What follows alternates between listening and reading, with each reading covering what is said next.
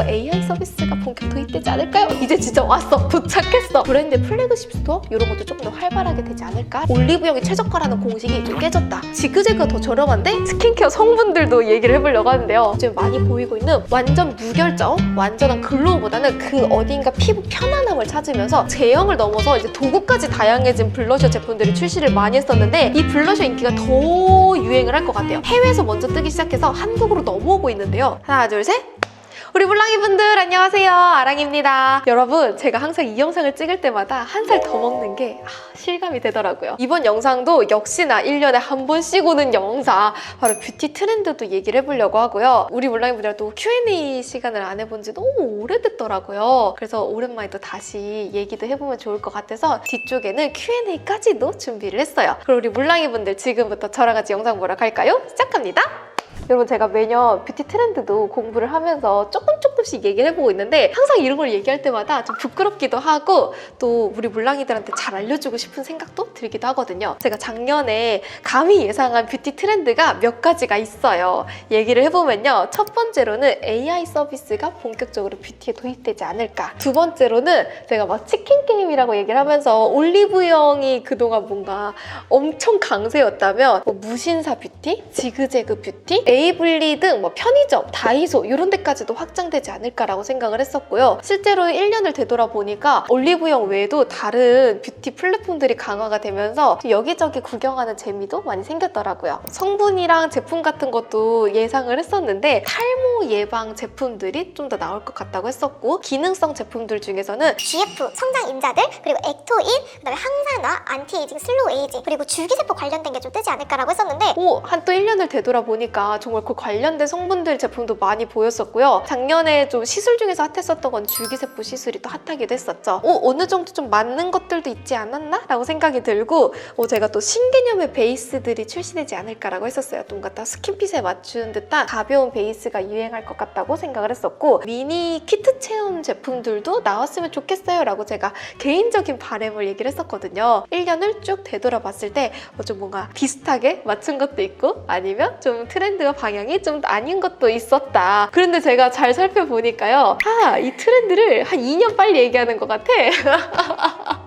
공감하나요, 우리 PD님은? 그 AI 서비스도 이제 막 그러니까요, 올해 더 많이 나오지 않을까라고 생각을 하고 있어요. 자, 그러면 본격적으로 2026년 올해에는 어떤 뷰티가 뜰 것인지 전체적인 뷰티 트렌드도 얘기를 해보고요. 그리고 성분도 얘기를 해보고 메이크업 트렌드까지도 얘기를 해보려고 해요. 그리고 뒤에 Q&A까지도 준비를 해봤습니다. 가장 첫 번째로 2026년의 뷰티 트렌드 첫 번째는요, AI의 네이티브 시대라고 생각을 합니다. 아까 전에 우리 PD님이랑 얘기했었던 거랑 비슷한 맥락인데요. 제가 1년 전에도 뭔가 AI 서비스가 본격 도입되지 않을까요? 했는데 이제 진짜 도입됐어. 그러니까 아까는 오는 중이었고 이제 진짜 왔어, 도착했고 이제 우리가 어떻게 뷰티에 도입되는지 즐겨주면 딱 좋을 것 같아요. 최근에는 LG생건이었나?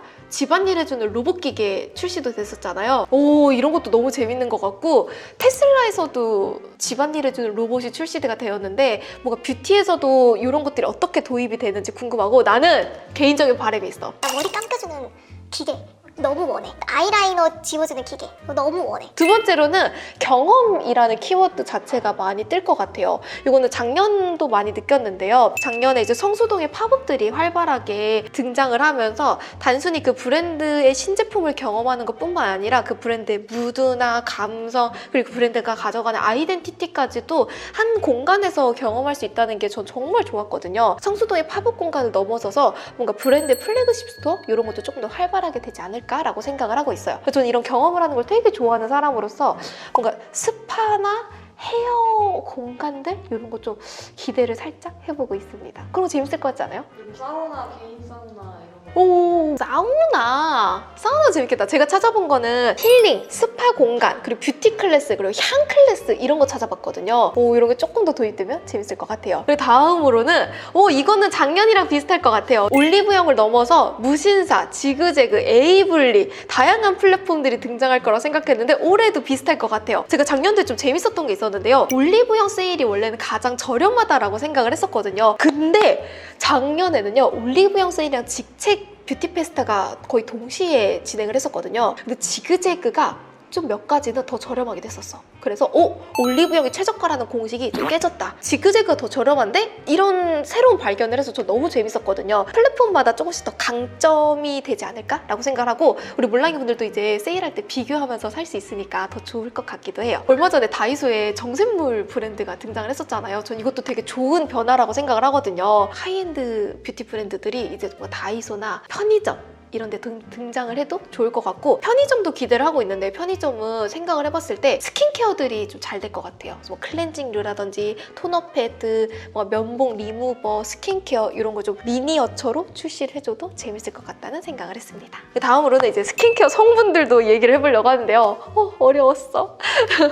스킨케어는 이제 뭔가 각질 제거, 미백 이렇게 뭔가 자극적인 것들보다는 피부 본연의 컨디션에 집중하는 스킨케어가 더 뜰 것 같아요. 그래서 예로 들어서는 뭐 장벽 회복이라든지 리페어, 재생, 세포 이런 게 더 뜰 것 같다는 생각을 했었고요. 성장 인자도 작년에 진짜 핫했었는데 요즘에 많이 보이고 있는 건요. 펩타이드라는 성분을 조금 더 눈여겨보고 있거든요. 네, 결국 이 펩타이드도 콜라겐을 재생시키는 게 아니라 콜라겐을 생성시킬 수 있도록 신호 전달 물질을 하는 이 조절자 역할을 하거든요. 그래서 이 펩타이드도 뭐 발랐을 때 뭐 주름에 좋은 펩타이드가 있고 탄력에 좋은 펩타이드, 모공에 좋은 펩타이드, 신호 전달, 신경 전달해주는 펩타이드 등 이 펩타이드 종류가 진짜 많은데 우리가 그동안 알았었던 거는 펩타이드 하면 뭔가 탄력, 모공 이런 것만 생각을 했었잖아요. 사실 이 안에도 되게 다양한 펩타이드 종류들이 많았었다. 우리가 알지는 못했었던 것이다. 그래서 이런 펩타이드들이 더 다양하게 떠오르지 않을까라고 생각을 하고 있고 그 중에 하나가 요즘 많이 보이고 있는 보톡스 펩타이드가 또 많이 뜨고 있어요. 최근에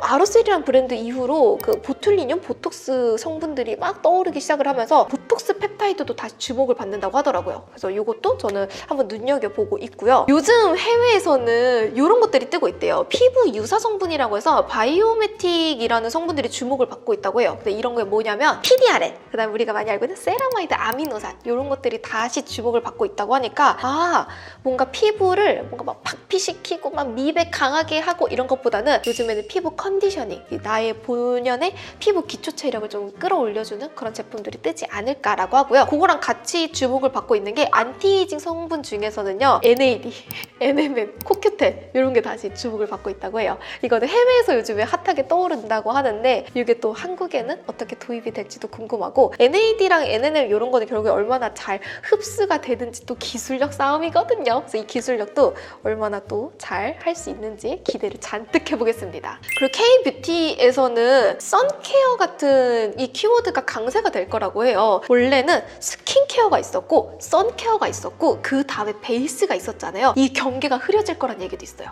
스킨케어 같으면서도 선케어 같은 그 제품, 선케어 같으면서도 그 베이스 아닌 그 어디 중간. 그래서 이 선이 예전에 선크림이었다면 요즘에는 뭐 선세럼, 선에멀전, 선토너 같이 엄청 다양한 분야로 그 경계 자체가 흐려질 거라고 하는데 K-뷰티에서도 이 흐름이 좀 바뀌지 않을까라고 생각을 하고 뭔가 새로운 카테고리가 또 등장을 해줬으면 좋겠어요. 전 코더브로서 너무 환영을 하거든요. 그리고 작년에도 제가 뭔가 두피 제품들 뜰 거라고 했는데 올해 진짜 떴어. 진짜 왔어. 매니큐브에서는 최근에 PDRN을 넣은 샴푸가 등장을 해가지고 단순히 샴푸라고 하면 기름기를 제거해주는 용도였잖아요. 요즘 그걸 넘어서 뭔가 탄력이라든지 두피 컨디셔닝까지도 케어를 해준 제품들이 출시하지 않나라고 생각을 하고요. 저도 이거를 이제 찾으면서 알게 됐는데 저희 PD님은 또 샴푸를 두세 개를 쓴다고 해요. 진짜? 진짜? 그러면 한 번에 3개를 쓰는 거예요? 아니요. 아, 상황에 따라서. 저희 샴푸 그동안 하나만 썼거든요. 물랑이들은 샴푸 몇 개 쓰는지도 궁금하긴 합니다. 다들 두세 개 쓰는 줄 몰랐어요. 다음으로 우리 물랑이들이 재밌어할 메이크업 트렌드를 가지고 왔습니다. 메이크업 트렌드는 첫 번째 키워드 세팅 스킨이 뜰 것 같아요. 이 세팅 스킨은 어떻게 정의할 수 있냐면 과한 글로시, 원래 막 윤광, 물광, 광철 이런 게 유행이었다면 요즘에는 소프트한 피부가 포커싱이 될 것 같아요. 작년부터 흐름이 비슷하게 넘어오긴 했었거든요. 완전 무결점, 완전한 글로우보다는 그 어딘가 피부 편안함을 찾으면서 소프트하게 내 피부에 세팅되게 딱 밀착되는 그 지점이 올해 트렌드라고 생각을 하고요. 그 트렌드에 맞춰서 베이스 제품도 더 잘 나오지 않을까. 거기에 맞는 뭐 컨실러라든지 파우더 제품들도 기대를 해보고 있습니다. 개인적으로 자연광에서 예쁜 피부 표현이 중요한 것 같아. 그래서 자연광에서 예뻐 보일 수 있는 베이스 제품들이 많이 출시됐으면 좋겠어요. 두 번째로는 이거는 아까랑 이거랑 비슷해요. 글로우가 이제 좀 가고 정말 세럼을 한 방울 똑 떨어뜨려서 섞은 듯한 뭐 피부 표현들 좀 더 트렌드라고 생각을 하고요. 그래서 스킨케어가 좀 더 중요하게 떠오를 것 같기도 해요. 세 번째로는 블러셔가 더 뜰 것 같아요. 블러셔가 작년에 진짜 많이 보였었거든요. 크림, 에센스, 파우더 등등 제형을 넘어서 이제 도구까지 다양해진 블러셔 제품들이 출시를 많이 했었는데 이 블러셔 인기가 더 유행을 할 것 같아요. 저는 이렇게 블러셔를 딱 볼에만 치크로 딱 썼다면 요즘에 블러셔의 영역을 한정짓지 않아. 쉽게 말하면 이제 블러셔를 볼에만 바르지 않고 이제 정말 다양한 곳에 활용하는 제품이지 않나라고 생각을 하고요. 피부 질감을 더 자연스럽게 살리는 블러셔랑 이제 소프트한 흐름이 같이 갈 것 같다는 생각도 하고 있어요. 마지막 네 번째는요. 이건 좀 재밌었어요. 향수 레이어링이 뜰 것 같은 생각도 들어요. 우리 물랑이 분들 원래는 이렇게 옷을 레이어링 하거나 스킨케어를 레이어링을 했었잖아요. 향수도 레이어링을 한다고 하더라고요. 해외에서 먼저 뜨기 시작해서 한국으로 넘어오고 있는데요. 향수가 탑노트랑 잔향 이런 식으로 나눴다면 내가 원하는 잔향과 탑노트 그리고 그 베이스의 향수를 레이어링 한다고 하는 거예요. 너무 재밌지 않아요? 내가 머스크 향을 좋아한다면 머스크 베이스를 깔아주고 그 위에다가 이제 일반적인 향수를 뿌리는 거야. 이런 식으로 향수도 레이어링 한다고 해서 나만의 고유한 향을 만들 수 있지 않을까. 이런 것도 오프라인 또 팝업을 해서 또 기깔나지 또 줄 서가지고 그냥 또 다 뿌려봐야지 그 휘황 찬란하게 코 야비 될 때까지 뿌려주는 거야. 그런 거 해줬으면 좋겠어요. 누가 해줄 거야? 어느 브랜드가 해줄 거야? 나 빨리 가서 줄 서게. 여기까지 제가 뷰티 트렌드, 스킨케어 트렌드, 성분 소개를 했었고 메이크업 트렌드까지 얘기를 했었고요. 다음은 이제 우리 물랑이 분들과 함께한 지 이제 시간도 꽤 오래 지났는데 얼마 전에 이제 50만이 되었습니다. 감사합니다. 여러분들이랑 함께 할 수 있어서 너무나도 행복한데 그 기념으로 물랑이 분들과 조금 더 얘기를 해보는 시간으로서 Q&A를 해보려고 해요. 근데 Q&A를 받았는데 되게 노멀한 질문부터 굉장히 심오한 질문까지 있어요. 첫 번째는 이제 뷰티랑 스킨케어 관련된 질문들이 진짜 많았는데 요즘에 뭐 제가 다니는 피부과나 에스테틱 루틴 같은 거 공유해달라고 얘기를 해주셨는데요. 피부과는 병원이라서 정보 공유는 안 되고 제가 하는 루틴이 있기는 있어요. 1년에 한 번 울서마지 다음 달 예약을 했습니다. 2월 7일 날 1년에 한 번 울서마지를 800샷을 쪼져요. 그러면 피부 리프팅이 쫙 돼 있잖아요. 그 중간중간 2, 3개월에 한 번씩 티타늄으로 쳐주는 거예요. 저는 그렇게 해주고 있는데 사실 좀 쫀쫀하게 많이 붓는 느낌이 들어서 피부과 시술은 그냥 주기적으로 딱 그 정도만 해주고 있고요. 그 위에 에스테틱 샵은 8년, 9년째 다니고 있는 약손명가 딱 그 정도 두 가지만 고정적으로 하고 있고 그 외에 나머지는 찔끔찔끔 짜잘짜잘하게 해주는 게 전부입니다. 가장 효과가 좋았던 뷰티 디바이스도 물랑이 분들이 물어봐 줬는데 제가 잘 썼던 거는 이중턱이 고민이었을 때는 세라메스 인모드의 기술력을 그대로 디바이스로 구현을 한 거라서 저는 진짜 잘 썼고요. 아직까지도 가끔 써주고 있거든요. 확실히 좀 쫀쫀하게 붙는 느낌이 들어서 세라메스를 가장 잘 썼고 일반적으로 잘 썼던 거는 에어샷을 진짜 잘 썼어요.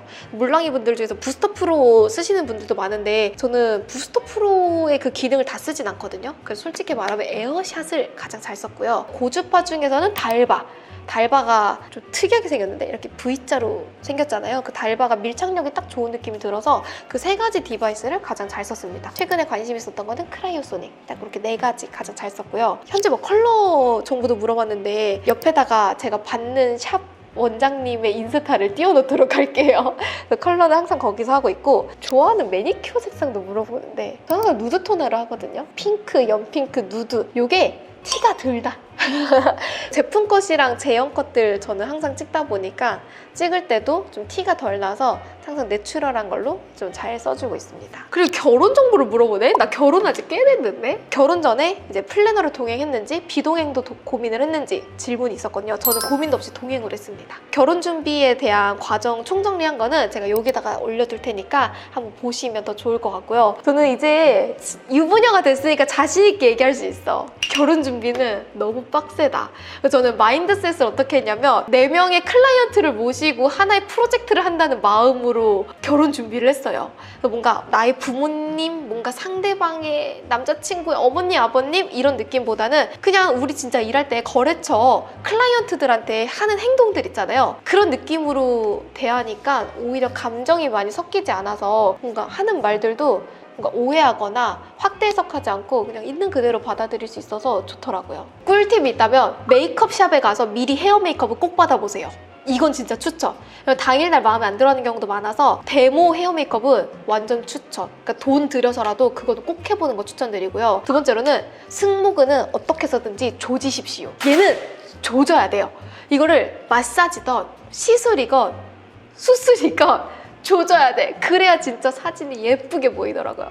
다른 건 괜찮아, 가리면 되는데 얘는 진짜 가리기가 어렵더라고요. 그래서 얘는 꼭 조져라. 이 두 가지는 내가 꼭 추천하고 싶은 케어다. 세 번째로는 라이프 스타일 관련된 것도 많이 물어봤어요. 미래 계획이 있냐? 2세 계획도 많이 물어봤는데 우리 물랑이들 나이가 지금 저랑 거의 비슷하거든요. 애기 엄마가 된 우리 물랑이들도 진짜 많더라고요. 저도 있습니다. 올해 저희 계획은요, 원샷 원킬 한 방에 랑주니어를 갖는 거예요. 날짜도 대충 예상해 놓은 데가 있어서 한 방에 원샷 원킬로 끝내버리려고요. 이번에 아기를 준비하면서 엄마한테 새로운 감정이 들었던 게, 우리 엄마 때 나이 생각해보면 우리 부모님들은 지금 내 나이에 이미 나를 키우고 있었거든요? 30대니까? 나 지금 보면 막 두통코지 오픈런하고 있고 샤브샤브나 먹고 있고 엄마 나 키우고 있었는데 이상한 맨날 릴스 보면서 막 DM을 보내지 않나. 내가 너무 한심하기도 하고 우리 엄마가 세상 대단해 보이기도 하고 좀 미안하고 고마운 감정이 들어가지고, 이게 엄마 준비를 하면서도 우리 부모님에 대해서 다시 한번 생각하게 되는 그런 시기가 얼마 전에 있었어요. 30대의 건강관리는 어떻게 하는지 궁금하다 라는 질문도 있었는데, 영양제를 진짜 열심히 챙겨 먹고 있습니다. 그리고 1년에 한 번씩 건강검진도 꼭 하고 있어서 우리 물랑이들도 건강검진 꼭 하고, 영양제는 정말 알맞게 딱 드시는 거 추천을 드리고요. 재테크에 대한 얘기도 있었는데, 지금도 저만의 철학이 있다면 첫 번째는 할부를 절대 하지 않는다. 할부는 절대 하지 않았고, 20대 때는 그 풍차 돌리기로 돈 모았었던 거 아세요? 뭔지 아시죠? 풍차 돌리기로 돈 모으는 방법. 그거 전 실제로 하면서 돈을 꽤 모으기도 했었고, 20대 물랑이 분들이라면요, 일단 목돈을 모아주는 게 가장 중요해요. 일단 돈이 있어야지 이거를 굴리던지 아니면 복리를 취하던지 장기 주식 같은 데 넣어놓을 수 있다 보니까, 일단 가장 첫 번째는 목돈 만들기. 1000만 원이어도 좋아요. 단돈 100만 원이어도 좋아요. 이 돈을 만들어서 결국에 그걸 어떻게 굴리냐가 가장 중요한데, 요즘에 가장 현실적인 방법으로는 해외 외국 주식들 있죠. S&P 500 같이 그런 주식에 넣어놓는 방법도 괜찮고, 요즘에 뭐 금테크도 많이 한다고 했었잖아요. 그것도 해보는 거 저는 추천드려요. 그 외에 다양한 뭐 코인 같은 것도 있을 수 있는데 저는 그런 것도 괜찮다고 생각을 하거든요. 대신에 중요한 건 뭐냐면, 하나에 몰빵은 하지 말자. 그냥 여러 군데 분산 투자를 해놓고, 그리고 여러분 어플을 지우세요. 그게 가장 중요한 꿀팁이에요. 어플을 지워. 넣고 지워, 없애. 이걸 잊어버려야 돼요. 그게 가장 중요한 방법입니다. 내가 이 경험담이 있는데, 예전에 코로나 시절에 어떤 아는 오빠가 저한테 야, 비트코인이라는 게 있으니까 비트코인 넣어봐라고 했을 때, 제가 그때 과거에 내가 송아랑이 넣어놨더라고. 그럼 몰랐는데 잊어버린 거야. 업비트라는 게 있다는 거 해가지고 업비트라는 게 있어? 그래서 다운해봤는데 이미 다운받았었던 그 이력이 있더라고요. 들어갔는데 수익률 100몇 %인 거예요. 미친 거지. 그래서 올려봤다? 3만 원 넣어놓은 거야. 야, 과거에 내가 그 오빠를 조금 더 믿고 신뢰하고 존경했다면 쓸데없는 거 안 하고 거기다가 1000만 원만 넣어놨어도. 여러분, 중요한 건 여기서 뭐냐, 과거에 내가 3만 원 넣었다는 게 아니라 일단은 넣어놓고 잊어두는 그런 담담함이 필요하다. 그래서 우리 물랑이들 흔들리지 말고 담담하게 넣어놓고 지우세요. 근데 그런 거 추천드릴게요. 어떤 일을 했나요? 라고 질문이 있는 거예요. 나 진짜 많이 했는데, 예전에는 메이크업 아티스트로 일을 하면서 현장에서 스텝으로 활동도 했었고, 뷰티 아카데미 강사도 투잡으로 뛰었어요. 그러면서 쓰리잡으로는 밤에는 이제 뮤지컬 공연 같은 데에서 스텝으로 일을 하면서 주말에는 출장 헤어 메이크업을 했었거든요. 이때 거의 뽀잡을 뛰었었거든요. 내 인생 가장 열심히 살았던 때였어. 왜냐면 메이크업 아티스트라는 일이 지금은 좀 다를 수 있겠지만, 그때 당시엔 일이 좀 불규칙했었고 월급이 이제 한 40만 원, 50만 원밖에 안 됐었거든요. 그러다 보니까 평일 낮에는 학원 강사 일을 하면서 여기 같이 비용을 벌었어야 했었고, 저녁에는 또 쉬잖아요. 저녁에 뭐해? 저녁에 또 공연 같은 게 또 사람을 구하다 보니까 저녁에는 공연 일을 하면서 같이 쓰리잡을 했었고, 주말 또 놀 순 없잖아요. 주말에는 웨딩 헤어 메이크업, 혼주 헤어 메이크업, 돌잔치 이런 행사들이 또 많아요.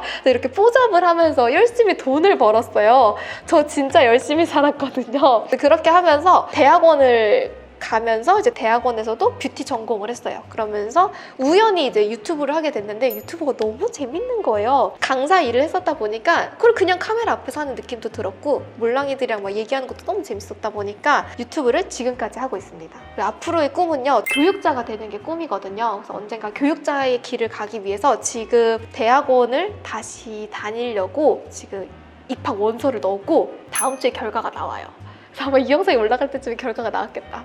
서류 결과가 나오다 보니까 제 꿈을 위해서 열심히 달리고 있습니다. 작업 프로세스 물어봤는데 유튜브 촬영 편집은 혼자 하시나요? 아니요, 저의 팀원분들이 있습니다. 이제 혼자 할 수 없어요. 저희 PD님도 계시고 전체적으로 일도 봐주시는 뭐 친구도 있고 그래서 같이 함께 일을 하고 있고 함께 할 사람도 더 늘리려고 준비를 하고 있습니다. 카메라 장비도 물어보는데 저는 캐논 카메라 R8에 렌즈 번들을 여러 가지 사용을 하고 있고요. 그다음에 편집 어플은 제가 혼자 할 때는 블로나 캡컷을 사용을 하고 유튜브 올라가는 영상은 프리미어 프로나 파이널 컷을 사용을 하고 있어요. 혼자 하시는 분들이라면 캡컷이나 블로로만 해도 충분하긴 하거든요. 이건 좀 심오하다.